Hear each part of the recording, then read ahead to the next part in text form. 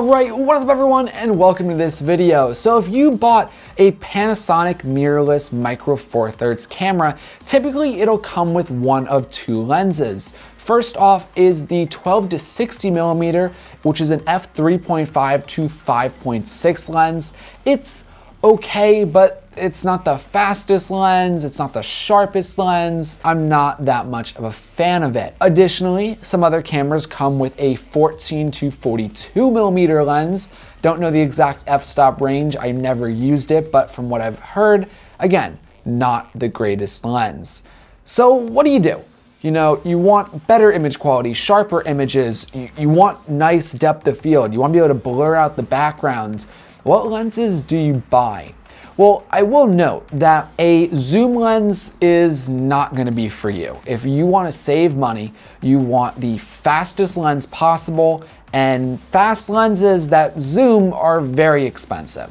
So you're going to want to go with prime lenses. Prime lenses do not change their focal length. They are stuck to 1 millimeter. So if you want to zoom in and out, you're going to be using your feet to walk closer or further away to the subject. So let's start on one end of the spectrum, and that is you want to get close up to your subject and you want as much depth of field as possible, again, on a budget. So the lens you're going to want is this guy. This is the Panasonic Lumix 42.5 millimeter, which is an f-stop of 1.7. This lens is going to retail for about $350 on Amazon, and I'll have all the links in the description. And this is a phenomenal lens. I actually have two of them. We use these a lot of the times for portrait photography. It's just so excellent to be able to blur out the background, and these lenses are very sharp. Absolutely love them. It's also extremely small, very lightweight, phenomenal lens. But let's say you don't need to be zoomed in that much. Well, we have another option for you, and that is going to be this guy, the Panasonic Lumix 20 millimeter, again, f1.7. This lens has time and time again proven me wrong. I didn't think this was gonna be a phenomenal lens. I thought I would always want something more zoomed in, and I thought it wouldn't add as much bokeh to the images as I wanted, but I'm actually very surprised. This lens has been a phenomenal addition, and I always carry it on me. It's just a great versatile lens. I find that a lot of the times, the 42 millimeter, although it produces an excellent image, sometimes is too zoomed in. Because you have to realize when you're filming on micro four thirds, you're dealing with a 2x crop factor. So a 42.5 millimeter lens is actually the equivalent of an 85 millimeter lens. So sometimes it is just too zoomed in at specific events, venues that I'm at. So sometimes this 20 millimeter definitely comes in hand very nicely. This 20 millimeter lens is going to be a little bit cheaper, coming in at about $270 on Amazon. Price is going to fluctuate, link in the description.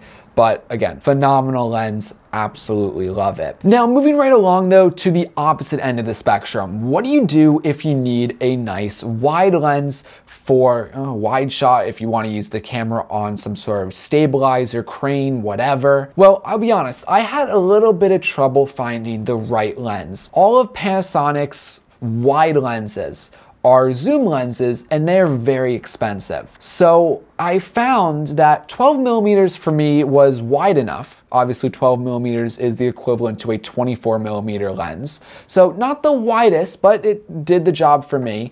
But the kit lens I got at f3.5 was too dark, which was an issue. So I found this. This is the Rokinon 12 millimeter. It's a fully manual lens, but it is a T2.